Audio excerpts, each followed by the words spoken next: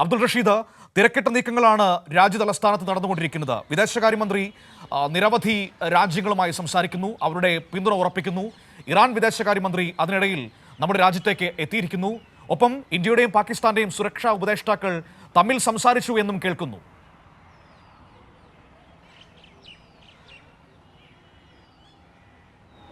മനു, തീർച്ചയായും പഹൽഗാം ഭീകരാക്രമണത്തിന് ശേഷം ഭീകരവാദത്തിനെതിരെ മറ്റു രാജ്യങ്ങൾ തങ്ങളോടൊപ്പം നിൽക്കണമെന്ന ഒരു നയതന്ത്ര ചർച്ചകൾ നേരത്തെ തന്നെ വിദേശകാര്യ മന്ത്രാലയത്തിൻ്റെ ഭാഗത്തുമുണ്ടായിരുന്നു. അതുമായി ബന്ധപ്പെട്ട ചർച്ചകൾ വിദേശകാര്യമന്ത്രി എസ് ജയശങ്കർ മുന്നോട്ട് വെക്കുകയും ചെയ്തിരുന്നു. ഇതിൻ്റെ പശ്ചാത്തലത്തിൽ വിവിധ രാജ്യങ്ങൾ ഇതിനോടകം തന്നെ ഭീകരവാദത്തിനെതിരെയുള്ള ഇന്ത്യയുടെ പ്രവർത്തനങ്ങൾക്ക് പിന്തുണ നൽകിക്കൊണ്ട് മുന്നോട്ട് വരികയും ചെയ്തിട്ടുണ്ട്. എന്തായാലും ഇപ്പോൾ ഈ ഓപ്പറേഷൻ സിന്ദൂറുമായി ബന്ധപ്പെട്ടിട്ടുള്ള ചർച്ചകൾ സജീവമാകുന്ന ഘട്ടത്തിലാണ് വീണ്ടും ഇത്തരത്തിൽ നയതന്ത്ര ചർച്ചകൾ സജീവമാക്കിക്കൊണ്ട് കേന്ദ്ര വിദേശകാര്യ മന്ത്രാലയം മുന്നോട്ട് പോകുന്നത്. നിലവിൽ ഇപ്പോൾ സ്പെയിൻ, ജർമ്മനി, ഫ്രാൻസ് തുടങ്ങിയ രാജ്യങ്ങളിലെ വിദേശകാര്യ മന്ത്രിമാരുമായി ഇപ്പോൾ എസ് ജയശങ്കർ സംസാരിച്ചിരിക്കുകയാണ്. പ്രധാനമായും ഭീകരതയ്ക്കെതിരെയുള്ള ഒരു ഐക്യദാർഢ്യം അറിയിച്ചതായാണ് ഇപ്പോൾ വിദേശകാര്യ മന്ത്രാലയവും അറിയിച്ചിരിക്കുന്നത്. അതായത് ഈ രാജ്യങ്ങളൊക്കെ തന്നെയും ഇന്ത്യ നടത്തിയിട്ടുള്ള ഓപ്പറേഷൻ സിന്ദൂറിനെ അഭിനന്ദിക്കുകയും അതുമായി ബന്ധപ്പെട്ട ക്രമീകരണങ്ങളിൽ പ്രത്യേക അഭിനന്ദനങ്ങൾ നൽകുകയും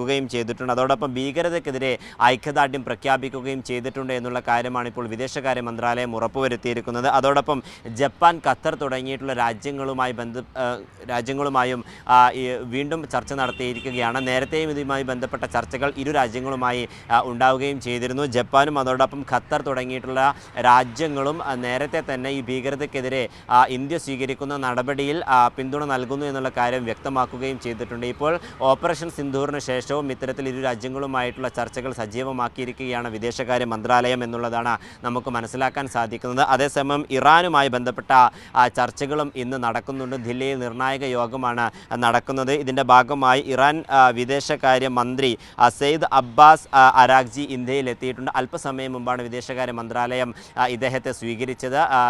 എസ് ജയശങ്കറുമായി അദ്ദേഹം കൂടിക്കാഴ്ച നടത്തും. നിരവധി നയതന്ത്രപരമായിട്ടുള്ള ചർച്ചകൾ ഈ ഘട്ടത്തിൽ നടക്കും. അതോടൊപ്പം വിവിധ കരാറുകളിലും ഒപ്പുവെച്ചേക്കും എന്നുള്ള കാര്യമാണ് ഇപ്പോൾ നമുക്ക് ലഭ്യമാകുന്ന സൂചന. എന്തായാലും എസ് ജയശങ്കറുമായിട്ടുള്ള കൂടിക്കാഴ്ചയ്ക്ക് ശേഷം രാഷ്ട്രപതി ദ്രൗപദി മുർമുവുമായി ഇറാൻ പ്രതിനിധി കൂടിക്കാഴ്ച നടത്തും. ഭീകരവാദത്തിനെതിരെ ഇറാൻ്റെ ഒരു പിന്തുണയും അതോടൊപ്പം ഒരു ഐക്യദാർഢ്യവും എസ് ജയശങ്കർ തേടുമെന്ന് തന്നെയാണ് നമുക്ക് ഈ ഘട്ടത്തിൽ മനസ്സിലാക്കാൻ സാധിക്കുന്നത്. എന്തായാലും വിവിധ രാജ്യങ്ങളുമായി ഇന്ത്യ ഇത്തരത്തിൽ നയതന്ത്രപരമായിട്ടുള്ള ചർച്ചകൾ സജീവമാക്കുകയാണ് എന്നുള്ളതാണ് നമുക്ക് ഇതിൽ നിന്നും വ്യക്തമാകുന്നത്.